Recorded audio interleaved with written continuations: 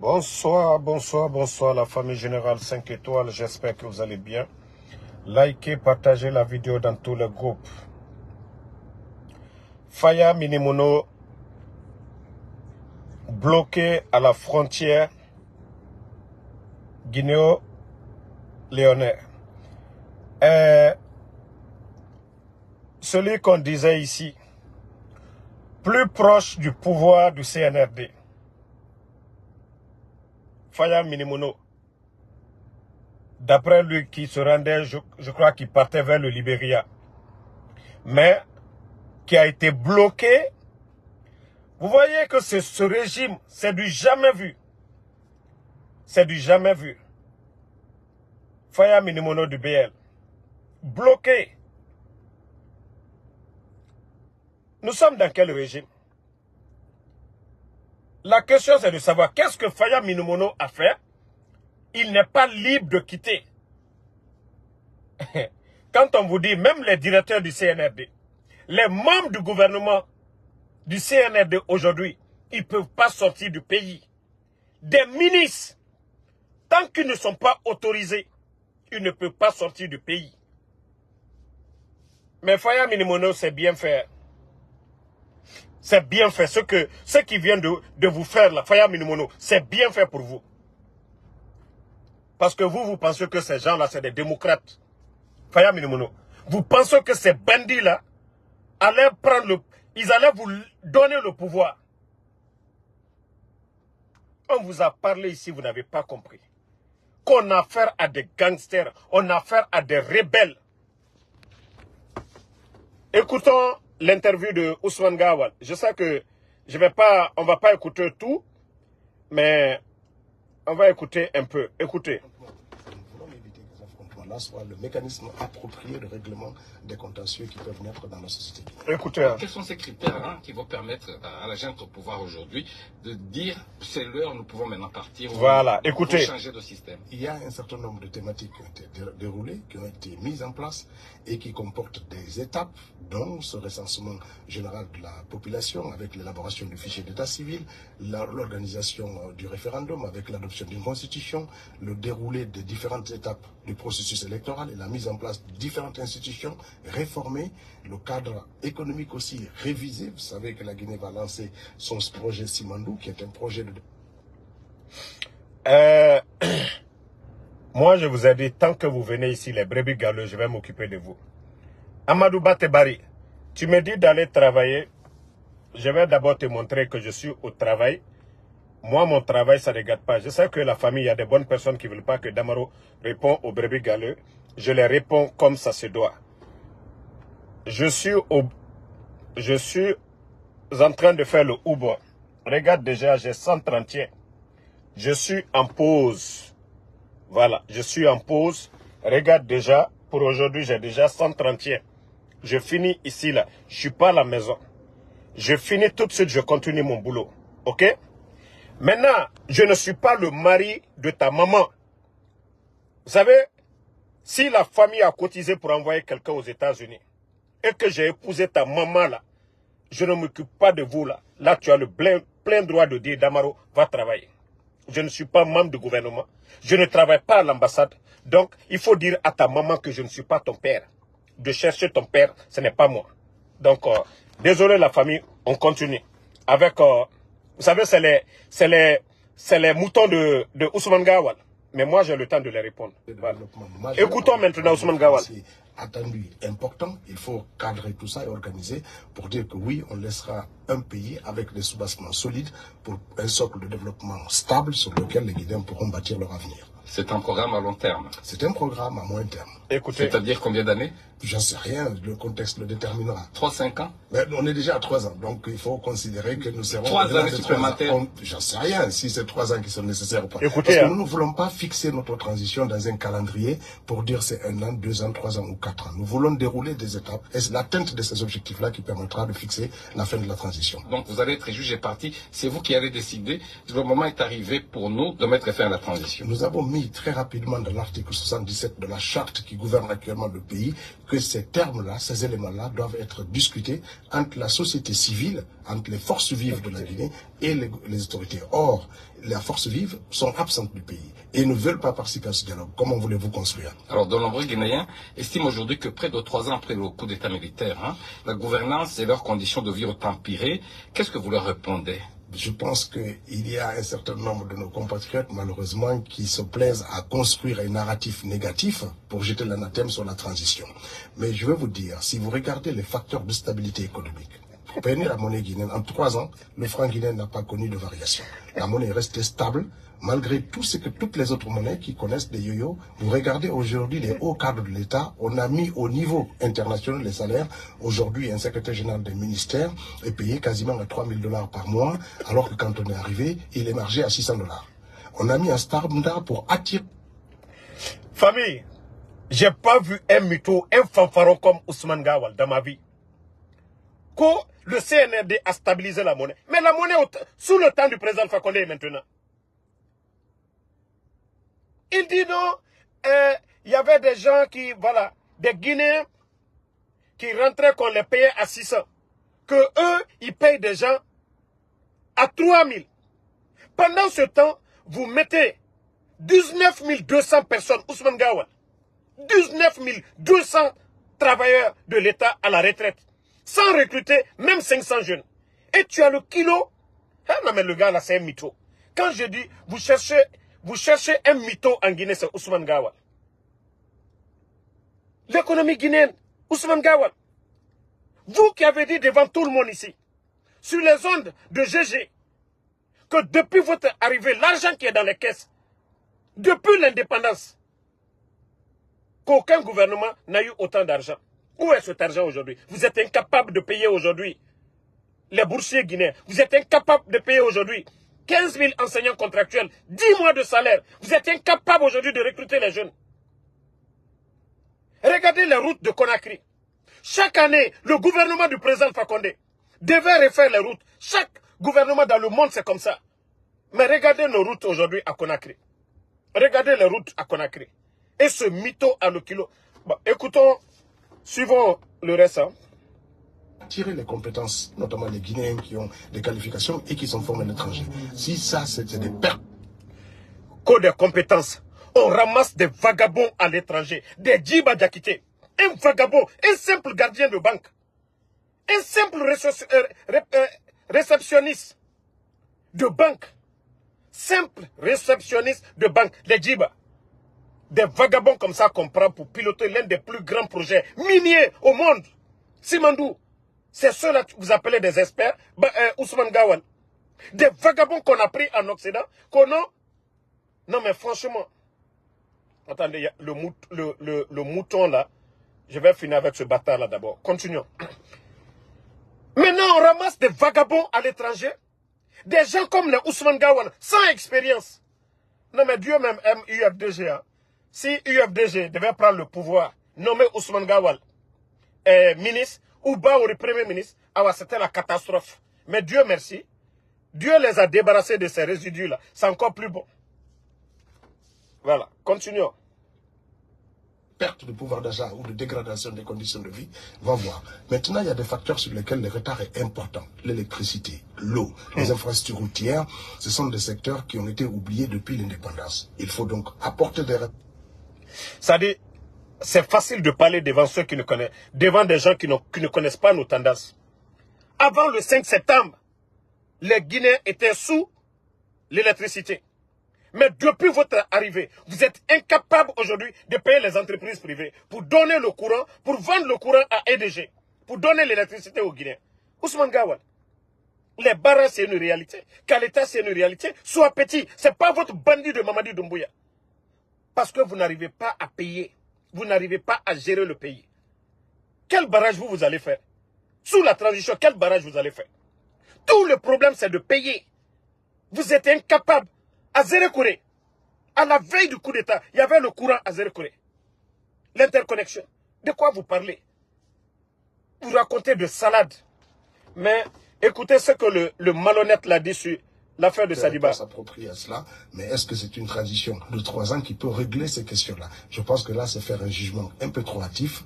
Et... Bah, regardez lui-même. La transition, l'objectif, c'est d'organiser des élections et foutre le camp. On n'a jamais demandé à des putschistes de développer un pays. On vous demande d'organiser des élections et foutre bande d'incompétents. Oui, si vous demandez ça, c'est trop. La transition, l'objectif, c'est de passer d'une étape à une autre. Organiser des élections et foutre le camp. Mais si vous venez vous flanquer, vous parler, voilà, c'est mettre la pression. Pourquoi ils n'ont pas laissé le président Alpha Condé? Bande de malhonnêtes. Et écoutez ce qu'il dit sur le décès de Sadiba, ce malhonnête d'Ousmane Gawal. Écoutez. Aucun intérêt que la volonté de nuire à l'image et à la réputation de cette transition. Et je ne pense pas que cela soit bénéfique. Mettez le cœur partagé. Ils pensent qu'ils peuvent le faire taire. Ils étaient dans les mêmes des ravisseurs de qui que ce soit. Et donc l'État met les moyens en place, les autorités judiciaires mettent les moyens en place pour les retrouver. Et je pense qu'hier, leurs avocats sont allés fournir des informations au parquet et le parquet va continuer ces informations, ces recherches. Donc vous dites très clairement que le gouvernement guinéen n'a aucune nouvelle de ces deux personnalités. Aucune nouvelle. Et c'est clair, le procureur général a fait une déclaration claire et limpide là-dessus. Leur prochain... Non mais Ousmane Gawal, c'est-à-dire lui, après la transition, on doit lui prendre le chicoté. Wallahi. Ils doivent chicoter Ousmane Gawal, ce fanfaron. Il est là, il confirme que non, le président, que le type n'a rien à voir. Donc, toi qui dis que Condé là, que qu'est-ce que moi je fais là? Je m'occupe de ta maman. Moi, Ansou Damaro, je suis le copain de ta maman. Moi, ce que je fais là, je m'occupe de ta maman. C'est quand j'envoie l'argent à ta maman là, la nourriture que tu manges là, c'est moi. Vous avez écouté Ousmane Gawal? Vous avez écouté Ousmane Gawal? C'est connerie. Comment quelqu'un peut mentir de la sorte? Assure qu'ils ont été arrêtés par des hommes en armes et en uniforme militaire. Est-ce qu'il y a des services qui échappent à l'autorité de l'État? D'abord, ce n'est pas leur propre qui s'expriment. Les gens qui expriment ces communications sont à Paris ici. Monsieur le porte-parole, je viens de l'apprendre en même temps que vous. Les épouses de deux activistes disparus viennent de porter plainte ici à Paris contre le président de transition Doumbouya pour disparition forcée. Quelle est votre réaction? Que des membres de leur famille estiment qu'il est temps qu'ils portent plainte sur la disparition présumée de leur époux, c'est tout à fait normal. Il faut saisir une juridiction. Ils auraient pu saisir les juridictions guinéennes. S'ils ont choisi de saisir les juridictions françaises, c'est une bonne chose. Peut-être que celle-ci permettra d'apaiser leurs craintes. Et ce qui est dommage et ce qui est regrettable, c'est que des acteurs de la société civile perdus, des acteurs politiques perdus, essayent de greffer à cette inquiétude légitime leurs préoccupations. Pourquoi indexer le président de la transition, le ministre de la Défense? Pourquoi indexer des personnalités contre lesquelles il n'y a aucune preuve? C'est là la manipulation, c'est là la propagande. Je pense que les gens là seraient mieux avisés, les membres. Non mais Ousmane Gawal est grave. Hein? Les forces spéciales, avec plusieurs véhicules, tout le peuple de Guinée est témoin, vont enlever des gens. Mais ce Ousmane Gawal a le kilo de dire qu'il n'y a pas de preuves. J'ai dit au peuple de Guinée, tant que les Guinéens sont assis, ces voyous-là, ils vont faire ce qu'ils veulent. Tant que la Guinée dort, dit route taré, et donc, ça dit, ewa manara na ba fena na bama. Alte maluyala, e mouya gima, ya gitare na nagira. Kalabante na nagira. Société Afalama, Kalabante na CNR dira. Des vrais Kalabante. Tant que la Guinée est moukelige, et madame. Regardez comment il a le kilo devant des médias pour dire non, personne, gouvernement, et vous sait ce que le Dieu a fait. Kalabante à Abunaki. C'est pas ce qu'on appelle Kalabante en Soussou. Voilà, écoutez. Les parents et proches de ces deux personnes seraient mieux avisés que de dissocier leurs actions judiciaires légitimes à l'action politique et de propagande que certains essaient de greffer sur leurs propres émotions. C'est quelque chose de regrettable. Le général Sadiba Koulibaly, qui était écoutez maintenant, est mort en détention. Le procureur militaire a parlé d'un arrêt cardiaque qui aurait été provoqué notamment par un stress prolongé. Est-ce que le gouvernement sait aujourd'hui avec exactitude ce qui a provoqué cet arrêt cardiaque? Mais je pense que le rapport médical était clair, qui a été rendu à sa famille. C'est ce qui est aussi important. Et aussi, la famille a été avisée qu'ils avaient la possibilité, à partir du moment où ils ont récupéré le corps, de faire une contre-expertise pour pouvoir éventuellement saisir les juridictions s'ils avaient des doutes. Je pense qu'à ce jour, il n'y a pas eu une seule démarche judiciaire des membres de la famille. Je pense qu'il faut s'en tenir à cela. Vous voyez combien de fois ces gens-là, c'est des satans, quoi. On a vu l'enterrement de feu général Sadiba. Ils n'ont pas donné le corps à la famille. 2 cercueils. Leur plan, c'était d'enterrer le cercueil vide et se retourner avec le cercueil. Et quand les jeunes ont cassé le premier cercueil, le deuxième corps, ils ont menti à la famille de Sadiba qu'ils ont mis des substances sur le corps, que s'ils touchaient, ils allaient mourir. Voici ce menteur, ce mythomane, se flanquer pour dire que non, la famille, et on les a dit, s'ils veulent faire l'autopsie. Quelle autopsie? Vous avez envoyé des militaires dans le village de Sadiba, jusqu'à ce que le corps soit décomposé, pour ne pas que la famille puisse faire l'autopsie. Et il vient se flanquer pour tromper la communauté internationale. Ousmane Gawal, à Hersata, tu n'as pas honte, Ousmane Gawal. Toi, tu n'as pas honte. À cause de l'argent. À cause de l'argent. Tu vends ton âme au diable. Comment vous pouvez mentir devant les Occidentaux? Comment vous pouvez mentir devant la communauté internationale? Vous avez envoyé des militaires. Après l'enterrement, gardez le cimetière pour ne pas que les gens puissent déterrer pour voir que le général a été tabassé, torturé. Vous n'avez pas accepté que les gens voient les traces, les séquelles sur son corps. Maintenant, vous vous flanquez devant les Occidentaux. Ah oui, oui, oui, on a demandé à la famille s'ils veulent vraiment faire l'autopsie. Pourquoi vous mentez? Quand son décès a été annoncé, paf, vous avez pris son corps dans son village pour aller l'enterrer. Quelle autopsie on va faire, Ousmane Gawal? C'est-à-dire, c'est vous-même qui êtes en train aujourd'hui de vous exposer. Vous avez vu l'affaire des Fourniquets. Aujourd'hui, ils sont coincés. Le procureur de la République est sorti. Il a déjà dit, ah non, ils ne savent pas où ces gens-là se trouvent. Fourniquet est avec eux. Mais comme ils les ont maltraités, ils ne veulent pas que les gens les retrouvent avec des traces sur leur corps. Maintenant, ils sont en train de les soigner. Ils sont en train de les soigner. La pression est sur eux. Les Nations Unies, partout dans le monde, en Europe, comme ici aux États-Unis, la pression sur les bandits. Sinon, depuis hier, hein, ils allaient les déposer à la maison centrale. C'est comme le cas de Feu Général Sadiba. Si vous voyez qu'ils ont refusé de donner le corps à cause des traces. Donc, nous demandons au peuple de Guinée de se réveiller. Maintenant, c'est bien fait. Vous avez vu Faya Minimono qui voulait se rendre du côté de Libéria, qui a été bloqué à la frontière. Pourtant, depuis qu'il y a eu le coup d'État, c'est le dernier politicien jusqu'à présent qui n'a jamais critiqué le CNRD. Même ceux qui ne les critiquent pas. Je vous dis, nous sommes avec des bandits. Mais je dis bien, c'est encore bien fait pour Faya Minimono. Quand vous refusez de marcher avec vos amis, de dire la vérité, c'est comme ça. Vous voyez comment vous avez été humilié, Faya Minimono? Faya Minimono, vous voyez comment vous avez été humilié? Vous vous déplacez, un Guinéen, quand vous êtes libre, qui est libre dans ce pays encore? Même ceux qui ne les critiquent pas, Faya Minimono, pour vous c'est de l'humiliation.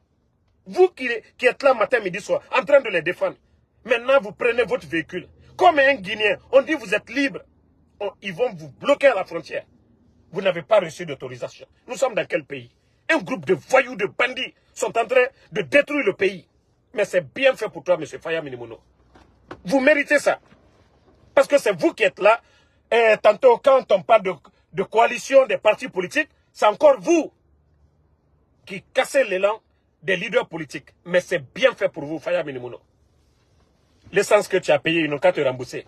Le temps que vous avez perdu. Qui savait pourquoi vous vous rendez au Libéria? Maintenant, c'est très bien fait pour vous. Parce que vous n'aimez pas la vérité. Quand les Seloudanais sont de l'autre côté, vous partez des escrocs. Vous pensez que Mamadi, il va vous donner, il va vous faire des faveurs. Si un leader est sûr de ses militants, il n'a pas besoin de tricher. Il n'a pas besoin d'aller demander des faveurs auprès du CNRD. Parce que vous dites que vous vous battez pour la démocratie.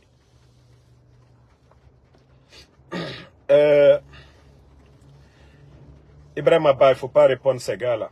Mohamed Magasuba, merci à vous. Merci à tous les patriotes. Le combat continue. Voilà, nous sommes là. On fait un peu notre Uber. Comme je l'ai dit, nous ne sommes pas des maudits blogueurs du CNRD. Ceux qui sont flanqués, qui attendent qu'on les donne. Moi, Damaro, ma dignité dépasse cela. Ok? Moi, je suis assis dans mon Uber comme ça. Je finis, j'allume mon application tout de suite. Voilà. Et d'ailleurs, pour montrer à ces maudits qui passent toujours, Damaro, vous avez vu, mon application est déjà allumée. Mon application est déjà allumée. Voilà. Nous, on travaille ici. On n'est pas des maudits.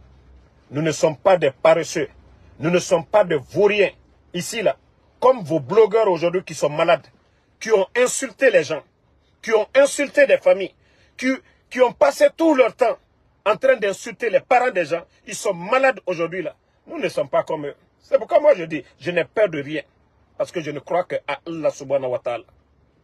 Mais vous, vos soi-disant blogueurs, passent leur temps en train d'insulter les gens. Nous ne sommes pas comme eux. Hein. Donc, la famille, on se reprend encore ce soir, Inch'Allah, pour d'autres vidéos. Merci à Mohamed. Voilà. Voilà, vous avez vu, mon premier client est déjà venu. Pour vous dire, ici, on travaille. Vous avez vu, moi, je vais chercher mon premier client pour dire que nous, on travaille ici. OK? Nous, on n'est pas des paresseux. On travaille ici. On n'est pas comme vos soi-disant blogueurs là. Damaro ne travaille pas. Damaro est nanani nanana. Ah ouais. Bonne journée à tout le monde. On se reprend.